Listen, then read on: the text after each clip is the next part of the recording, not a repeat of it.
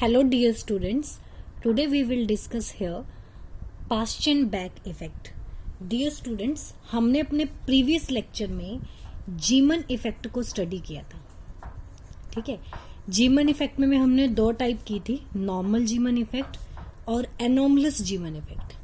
अब स्टूडेंट्स ये दोनों इफेक्ट जो थे इनकी डेफिनेशन करते वक्त मैंने आपको कहा था when applied field is a weak means हम जो मैग्नेटिक फील्ड अप्लाई कर रहे हैं वो वीक अप्लाई कर रहे हैं. ठीक है, अब जो पास्चन बैक इफेक्ट है वो भी प्रोसेस सेम है कि हम एटम को फील्ड में ही रख रहे हैं, बट इसमें मैं जो एक वर्ड यूज करूंगी that is the applied external magnetic field is strong. Clear है. अब क्वेश्चन आता है कितनी स्ट्रोंग. तो आपको ये पता है स्टूडेंट्स कि एटम जो है वो इलेक्ट्रॉन्स से बना हुआ है, मीन्स न्यूक्लियस के सराउंडिंग में इलेक्ट्रॉन्स रिवॉल्व करते हैं. ठीक है, इलेक्ट्रॉन का स्पिन मोशन भी है, ऑर्बिटल मोशन भी है. तो due to oscillation of any charge particle there is a induction of magnetic field. ठीक है, मीन्स इलेक्ट्रॉन एसोलेट कर रहे हैं यहाँ पे और वो चार्ज पार्टिकल है, और जब भी कोई चार्ज पार्टिकल एसोलेट करता है तो उसके मोशन की वजह से एक फील्ड जनरेट होती है. तो इसका मतलब एटम के अंदर मैग्नेटिक फील्ड ऑलरेडी है. तो मैंने दो टर्म्स यूज की हैं यहाँ पे, हम एक्सटर्नल मैग्नेटिक फील्ड और एक internal magnetic field. Clear. External magnetic field का मतलब है वो फील्ड जो हम अप्लाई करेंगे स्टूडेंट्स, ठीक है, बाहर से एटम के ऊपर. और इंटरनल मैग्नेटिक फील्ड का मतलब जो इलेक्ट्रॉन के स्पिन और ऑर्बिटल मोशन की वजह से एटम के अंदर बन रही है. ठीक है, क्लियर है ये दोनों टर्म्स. अब जीमन इफेक्ट में क्या होता है कि external field is weak as compare to internal magnetic field. I repeat, Zeeman effect में एक्सटर्नल मैग्नेटिक फील्ड का मैग्नीट्यूड लेस होता है as compare to internal magnetic field. ठीक है, गॉट माई पॉइंट. तो इस वजह से हम ये कह सकते हैं कि जो आपके पास L और S की कपलिंग है और उससे ही आपका J बन रहा था ना, L और S को जब आप कपल करते हो तभी J बनता है, तो उसकी वजह से बनने वाली मैग्नेटिक फील्ड स्ट्रोंग है यहाँ पे. तो ये कपलिंग एज सच ही रहेगी, इस कपलिंग पे कोई भी नेगेटिव इफेक्ट नहीं पड़ेगा इसका. आई रिपीट, जीमन इफेक्ट में एक्सटर्नल फील्ड जो है वो वीक होती है इंटरनल फील्ड के कंपैरिजन में. ठीक है, और इंटरनल फील्ड बनती किसकी वजह से, L और S की वजह से. तो अगर ये फील्ड स्ट्रॉन्ग है तो हम ये कह सकते हैं कि बाहर से अगर आप फील्ड लगा भी देते हो तो भी L और S के बीच में जो कपलिंग है वो वैसे ही रहेगी जैसे पहले थी. तो ये जो J बनेगा आपके पास, ये फिर एक्सटर्नल फील्ड के साथ इंटरेक्ट करेगा. ठीक है, जीमन इफेक्ट में ऐसा था. अब पास्चन बैक इफेक्ट में मैं क्या कह रही हूं स्टूडेंट्स कि पास्चन बैक, आप जो पास्चन बैक इफेक्ट कर रहे हो स्टूडेंट्स, ये लॉजिक तो सेम ही लगेगा कि एटम है, एटम की सराउंडिंग में आपके पास इलेक्ट्रॉन रिवॉल्व कर रहे हैं, इलेक्ट्रॉन का स्पिनिंग मोशन भी है और ऑर्बिटल मोशन भी है. तो ऑब्वियसली यहां भी इंटरनल मैग्नेटिक फील्ड तो बन ही रही है, और बाहर से जो हम फील्ड लगा रहे हैं that is your external magnetic field. अब यहां पे जीमन इफेक्ट जैसा नहीं है, यहां एक्सटर्नल मैग्नेटिक फील्ड जो है वो स्ट्रोंग है, और इतनी स्ट्रोंग है कि उसका मैग्नीट्यूड इंटरनल मैग्नेटिक फील्ड के कंपैरिजन में ग्रेटर है. ठीक है, I repeat, when external magnetic field become greater than internal magnetic field, then Paschen back effect appears to show in your spectra. ठीक है, जब एक्सटर्नल मैग्नेटिक फील्ड का magnitude internal वाले से ज्यादा हो जाएगा तो हमारे पास जीमन इफेक्ट की बजाय एटम्स में पास्चन बैक इफेक्ट देखने को मिलेगा.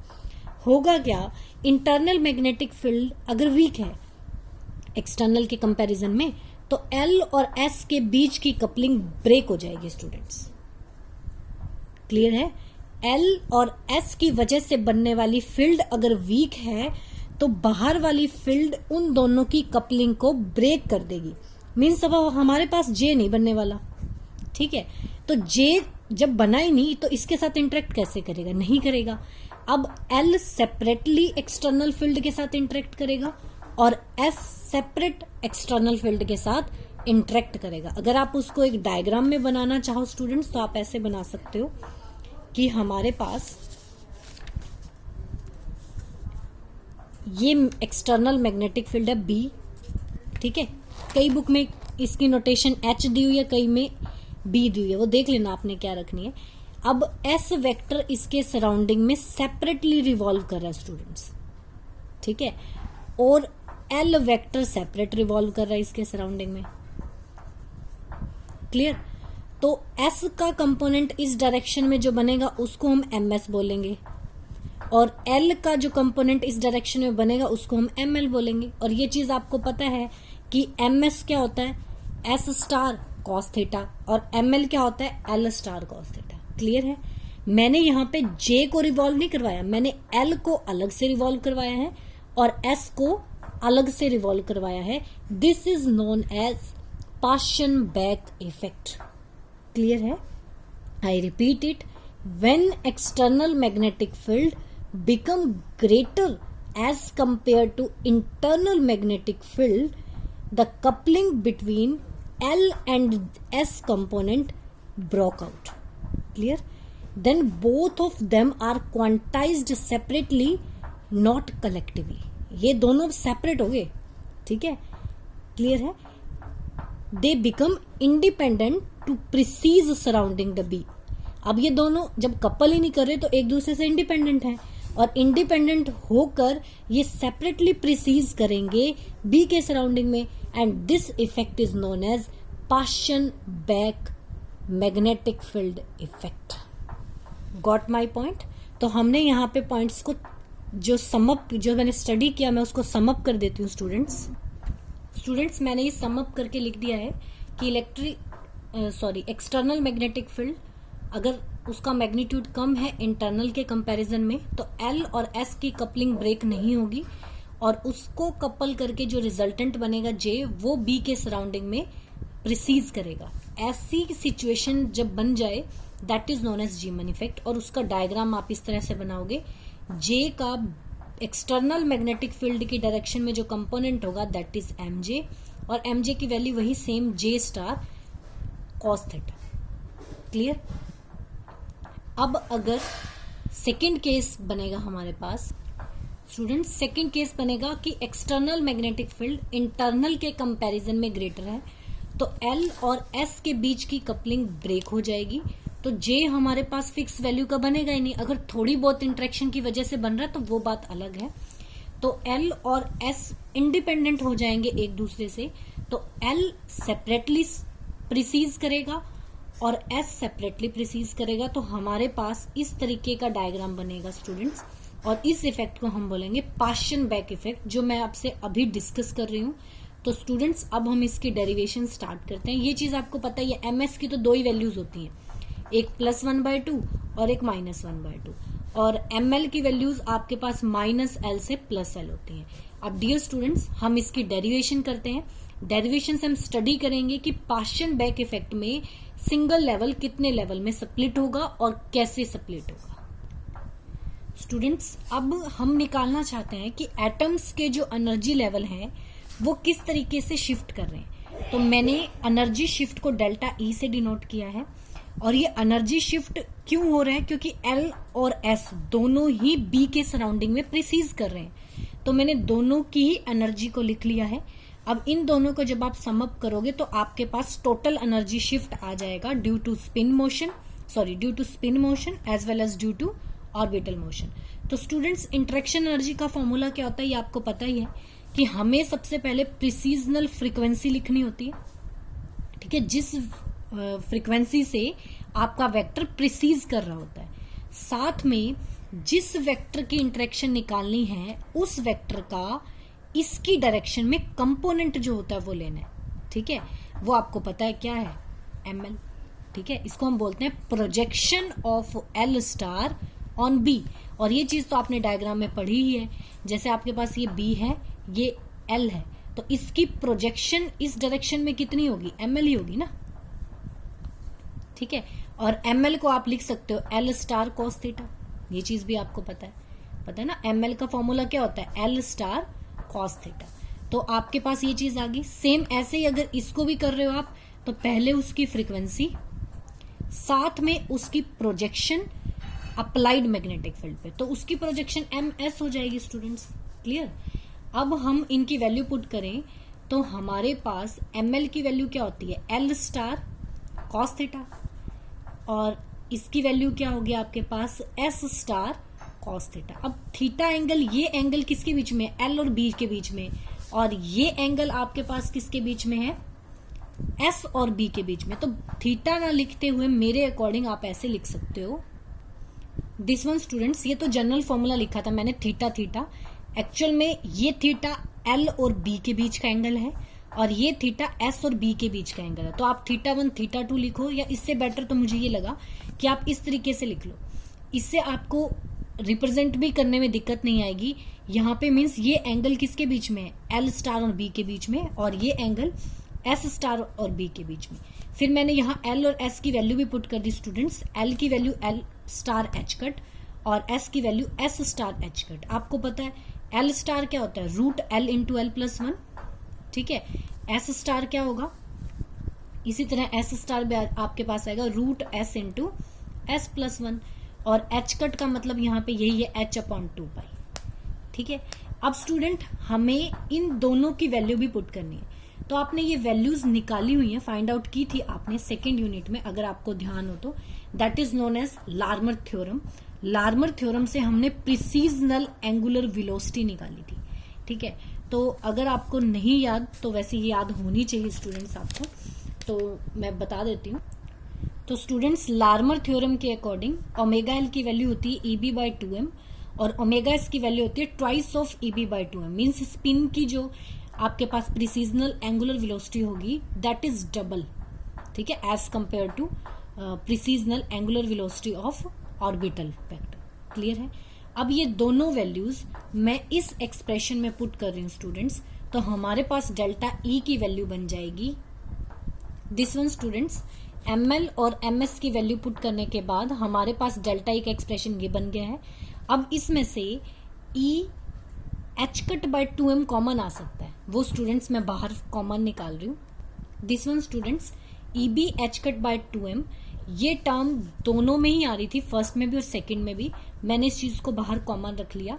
अब इसको मैं बार बार लिखने से बेटर है हम इसको लिख देते हैं कैपिटल एल, ठीक है। कैपिटल एल जो है उसको बोला जाता है लोरेंट यूनिट, क्लियर रखना स्टूडेंट्स आप। तो delta E is equals to M L plus 2ms into L, ठीक है। हमारे पास अब ये फैक्टर तो बन गया। अब स्टूडेंट्स यहाँ पे हमें टर्म फैक्टर निकालना है, तो स्टूडेंट्स पहले पुटिंग मत करो, पहले बेटर यही रहेगा कि हम यहाँ से वेव नंबर निकाल लें। तो वेव नंबर कैसे निकलता है, अगर आपको ये ध्यान हो रिलेशन, तो E is equals to H nu होता है।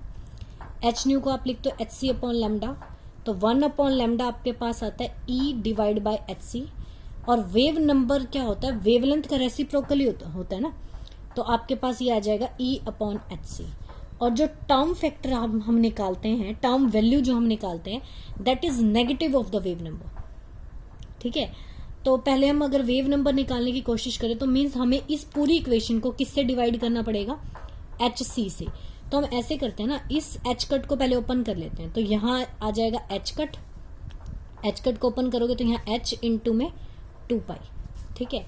तो हमारे पास यहाँ क्या बना students, delta E is equals to M L plus 2ms E B by 4 pi M, और h ऑलरेडी है। अब मैं इस इक्वेशन को hc से डिवाइड कर रही हूँ स्टूडेंट्स, तो हमारे पास आ जाएगा टर्म वैल्यू, ठीक है।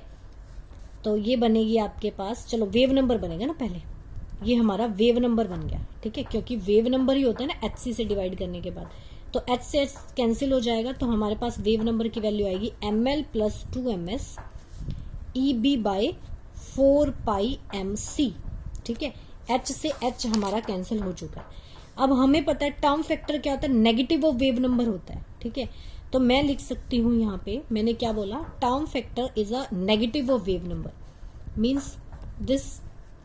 तो इसके कंपैरिजन में आप यहाँ पे ये भी लिख सकते हो ना, delta T means minus delta T is equals to ml plus 2ms, और अब ये जो टर्म आई है इसको लिख दो आप L।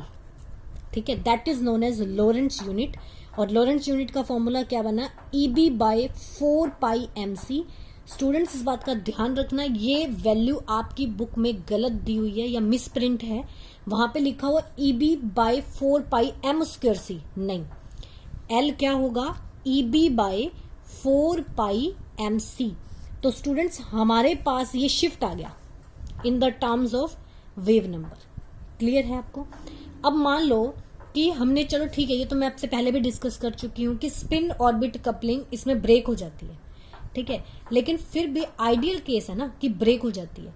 तो ये तो हमारे पास फैक्टर टर्म शिफ्ट आया है due to precessional motion of L as well as S surrounding B। ठीक है, अब हम ये कह रहे हैं कि थोड़ा बहुत इंटरेक्शन स्पिन और ऑर्बिट का आपस में भी होता है, मीन्स वो कपल करके J बनाने की कोशिश करते हैं, वीक बट, ध्यान रखना। तो उस वजह से भी आपके एनर्जी लेवल में थोड़ा शिफ्ट आता है अप एंड डाउन, तो हम उस फैक्टर को भी यहाँ इग्नोर नहीं कर सकते। तो अब मैं निकाल रही हूँ स्पिन ऑर्बिट करेक्शन। तो स्टूडेंट्स हम ये कह सकते हैं कि due to precessional motion of L around B and S around B the shift in term value is this. ठीक है, हमने ये ड्राइव कर लिया, और इसमें L लॉरेंट्ज यूनिट है। और आपको ये भी पता होना चाहिए कि जैसे वेवलेंथ जो होती है ना स्टूडेंट्स, वो उसके यूनिट्स होते हैं मीटर, तो ये वेव नंबर उसका रेसिप्रोकल है, तो इस पूरी टर्म के जो यूनिट आएंगे ना वो मीटर इनवर्स आएंगे। ठीक है, अब थोड़ा बहुत जो L के और S के अंदर कपलिंग हो रही है उसकी वजह से भी तो लेवल में शिफ्ट आएगा। तो मैं अब क्या निकालना चाह रही हूँ या आपके साथ क्या डिस्कस करना चाह रही हूँ, the small interaction energy due to weak spin orbit coupling is denoted by minus delta TLS। ठीक है, मीन्स L और S के बीच में थोड़ी बहुत जो वीक इंटरेक्शन हो रही है उसकी वजह से हमारे लेवल्स पे क्या इफेक्ट आएगा। तो स्टूडेंट्स ये हमने तो सेकेंड यूनिट में भी किया है, डेल्टा TLS जो होता है हमारे पास, उसका फॉर्मूला होता है AL स्टार S स्टार कोस LS। ठीक है, मीन्स अब हम इन दोनों को कपल कर रहे हैं ना, तो एंगल उन दोनों के बीच का आएगा, लेकिन ये दोनों तो फिक्स कपल कर ही नहीं रहे। तो मैं दोबारा से वही रिलेशन निकाल रही हूँ कि L और S के बीच में डायरेक्ट कोई रिलेशन नहीं है, बट L की रिलेशन B के साथ है और B की S के साथ, वहां से मैं इस चीज को निकालूंगी। तो ये बनेगा AL स्टार S स्टार कोस L स्टार B, साथ में आ जाएगा कोस S स्टार B। क्लियर? और A यहाँ पे आपके पास ये कांस्टेंट होता है स्टूडेंट्स, जो हमने डेरिवेशन की होती है ना उस टाइम पे हम इसकी वैल्यू करते हैं, ये N और L पे डिपेंड करता है वैसे। तो इसकी वैल्यू अगर आपको लर्न है तो आप इसमें लिख सकते हो, बाकी आप ये भी कह सकते हो it is a fine structure constant. अब इसमें स्टूडेंट L स्टार कोस LB क्या बनेगा, ये चीज, ये ML है। ठीक है ना, ये वैल्यू ML की है, और S स्टार कोस S स्टार B क्या है, MS है। तो आपके पास माइनस ऑफ डेल्टा TS क्या बन जाएगा, AML इंटू MS। ठीक है, मीन्स स्पिन ऑर्बिट इंटरेक्शन की वजह से ये फैक्टर आ रहा है, और L और S की इंडिपेंडेंटली रिवॉल्व प्रिसीज करने की वजह से ये फैक्टर आ रहा है। तो अगर मैं दोनों को एक साथ मतलब देखना चाहूं उनका इफेक्ट, तो हमें इन दोनों को एक साथ लेना होगा टर्म्स को, तो हमारे पास बन जाएगी टर्म दिस वन। स्टूडेंट्स अगर हम ओवरऑल शिफ्ट देखें कि एनर्जी लेवल में कितना शिफ्ट आएगा in the terms of term value, तो हमारे पास ये चीज आ जाएगी। ये वीक इंटरेक्शन की वजह से है और ये L और S के प्रिसीज करने की वजह से है इंडिपेंडेंटली। और ध्यान रखना ये L आपका ऑर्बिटल नहीं है, इट इज द लोरेंट्ज यूनिट, और इसका फॉर्मूला हमने किया था EB/4πmc। तो स्टूडेंट्स ये हमने एनर्जी लेवल का शिफ्ट निकाल लिया due to applying strong magnetic field, और इतनी स्ट्रॉन्ग कि वो इंटरनल फील्ड से ज्यादा है और एल और एस की कपलिंग को ब्रेक कर देती है। तो हमारे एनर्जी लेवल पे जो इफेक्ट आएगा वो हम इससे बताएंगे। तो यहाँ पे हमारा ये डेरिवेशन पोर्शन जो है पास्चन बैक इफेक्ट का वो कंप्लीट हो जाता है स्टूडेंट्स। तो हमारे पास जो पास्चन बैक इफेक्ट है वो कंप्लीट हो जाता है इस एक्सप्रेशन के साथ -ΔT is equals to ml plus 2ms into L, बार बार बोल रही हूँ, it is a Lorentz unit, plus a into ml into ms। तो डियर स्टूडेंट, आप इस डेरिवेशन को कंप्लीट कर लेना पास्चन बैक इफेक्ट की। होप सो आपको ये क्लियर भी हो गया होगा, बट अगर आपको कोई डाउट हो तो आप पूछ लेना। नेक्स्ट लेक्चर में मैं पास्चन बैक इफेक्ट को आपके साथ डिस्कस करूंगी, बट एग्जाम्पल के साथ, तो इससे आपको ज़्यादा अच्छे से विजुअलाइज होगा। तब तक आप इस इफेक्ट की डेरिवेशन को अच्छे से समझ लो और कर लो।